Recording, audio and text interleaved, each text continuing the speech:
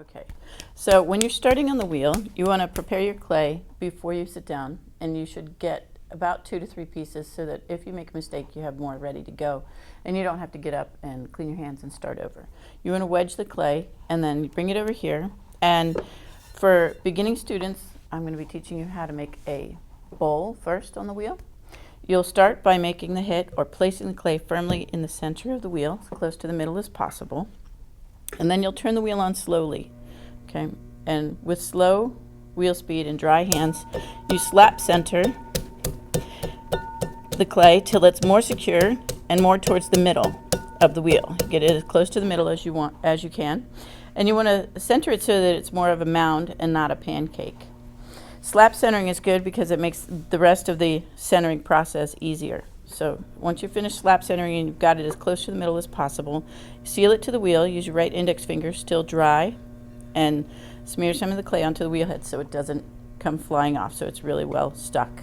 Then you're going to wet your hands and wet the clay. And you're going to increase the wheel speed.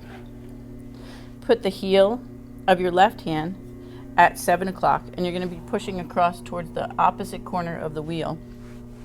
With your blade of your right hand, you're going to push down. And you want to approach the clay after the wheel is turned on and keep everything wet. I'm leaning with my left hand and pushing down with my right, and my elbows are locked into my thighs. Okay? And when it's centered, there's no lateral movement. If it's off center, it's got this wiggliness. So you want to get rid of the lateral movement. You don't want it moving. You lean on it with your left, and you can push down with your right. Okay? And you want the mound to be about as wide as it is tall for beginning. The next step is to open the mound. Again, you wet both your hands, and you're going to put your thumbs together and the back of your hands together and make a single hole. Okay? Again, keeping your elbows anchored towards your body. Okay? And you don't want to lift your wrist. If you lift your wrist like this, it'll all of a sudden become weak and you won't be able to control the clay. And you want to stop about 1/4 to 1/2 inch from the floor. You can check the thickness with a pin tool that I don't happen to have right in front of me. Once you've opened the floor, once you've opened the mound, you're going to open the floor. You're going to put your hand inside. You can use your dominant hand. For me, that's my left.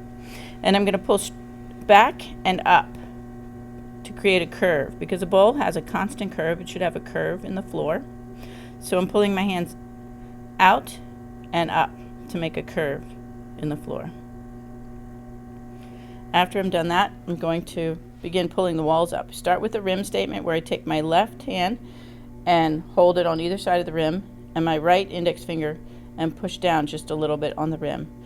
The reason for doing a rim statement is to keep the rim in round, to keep it from being off center, and to keep it from getting sharp as you're pulling the walls up. So every time you finish a pull, you do a rim statement.